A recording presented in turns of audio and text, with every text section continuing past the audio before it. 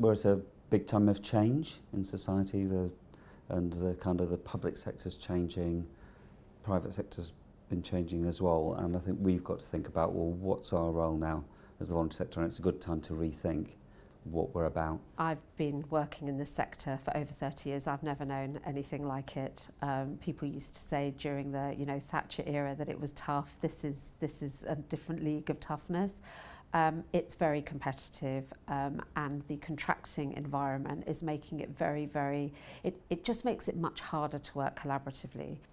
Organisations, charities are having to look internally, if you like, to find their primary orientation point in order to navigate things, because I think possibly all of the external footholds that organisations previously have had in terms of infrastructure organisations, reliable funding, relationships with government, a non-set of beneficiary needs, because they're changing a lot as well. We are currently very much dominated by the market, both politically and economically, and I think many of us and many across the sector, and I think the wider public, are recognising that needs to be challenged.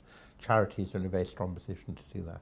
You want to work in partnership with others, but you have to invest a lot of trust and faith, and there is a risk that you could then find yourself actually in competition with them over a tender, and it makes it very difficult. And inevitably, I think, some chief executives and their boards, they have in mind the survival of their charity, and the survival of their charity becomes almost their prime purpose, above and beyond the purpose for which their charity was set up and the community they serve. In terms of the members in my organisation, I don't think anyone would fail to recognise the idea of the common good as being what they were founded for, what they work towards.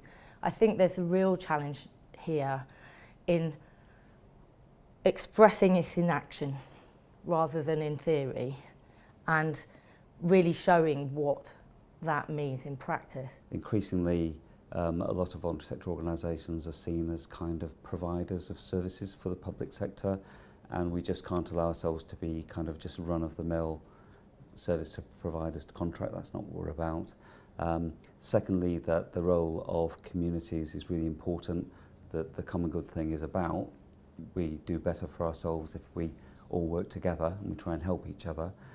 So I think that's really important, and I think that's quite important at the local level. Within broader society, charities have always played a very important role to express profoundly human values and human responses to the plight and needs of others.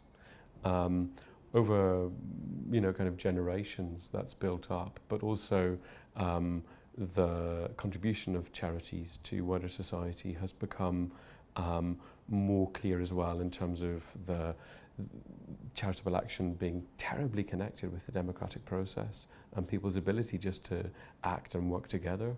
And I think it's really important that charities, really are focused on what they were established to do in terms of their mission and their beneficiaries, individuals and communities.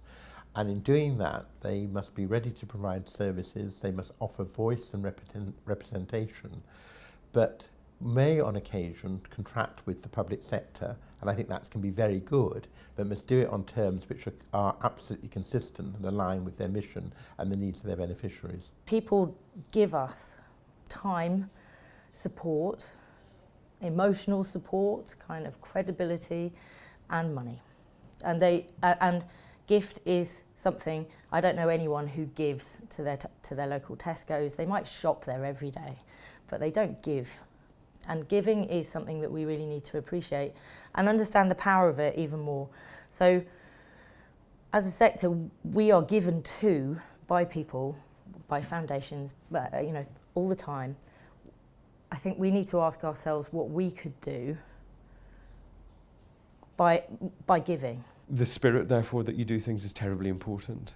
And if you can have an ethic of service or a degree of humility about what you're doing, then I think privilege can somehow be put to good use. And that's when I see philanthropists acting at their best, because it really happens.